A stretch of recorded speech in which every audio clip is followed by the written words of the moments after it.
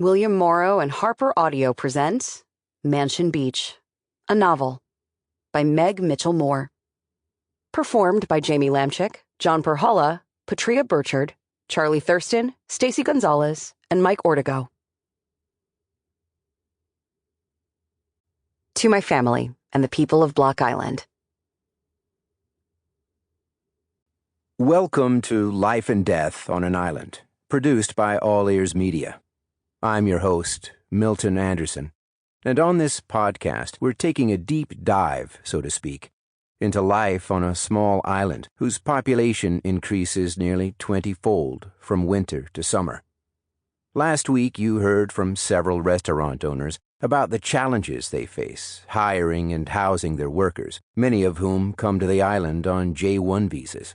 Next week, law enforcement discusses how the increasing number of underage drinkers is threatening island summers. Today, we're talking with 4 members of the Block Island Town Council. Some of these members believe a mysterious death last summer was related to issues of overdevelopment, land ownership, and excessive lifestyles on the island.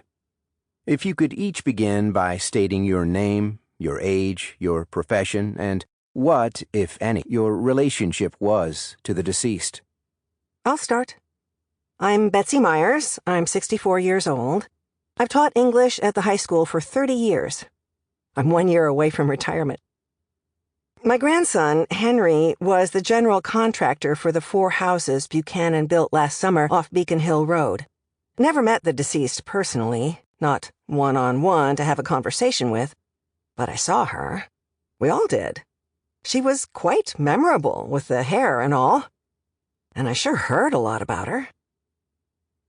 Evan Miller, 35. I own a store in town, the Hangry Angler. We sell fishing gear and we have a sandwich shop in the back. I might be biased, but it's the best meatball sub on the island. No relationship to the deceased, except observational. Kelsey Amaral, 27. Nurse at the medical center here on the island and also at the South County Hospital. The meatball subs at the Angler are fire, by the way.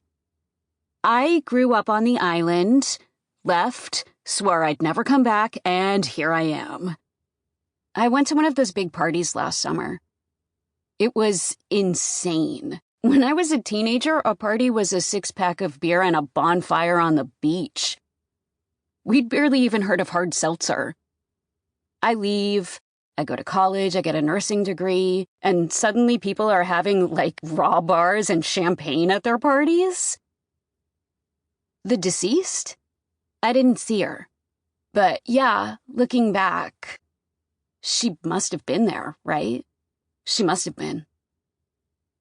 Lou Carpenter, 71. I run a fishing charter out of Old Harbor Charter Dock, right near where the ferries come in. Every year, I say it's my last year. My daughter's telling me to retire. And every year, there I am, same as always. I love the water. Did I know the deceased? I didn't. But if you ask me, it should be prerequisite to come into an island that you know how to swim. Like a swimming test at the ferry dock? I don't think we can do that. We can barely get a noise ordinance passed. Why not? The city of Venice started charging an entry fee. I don't know why we can't institute a swimming test. Lots of people who know how to swim drown.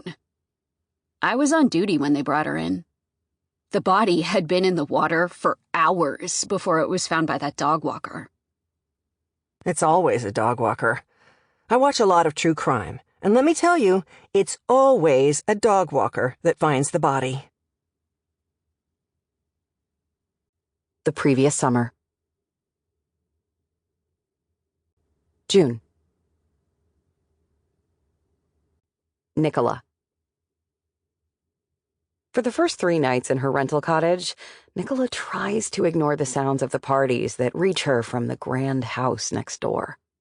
The thump of music, the highs and lows of traveling laughter, the general rumble that signifies a crowd. Rental isn't accurate. She isn't paying a penny.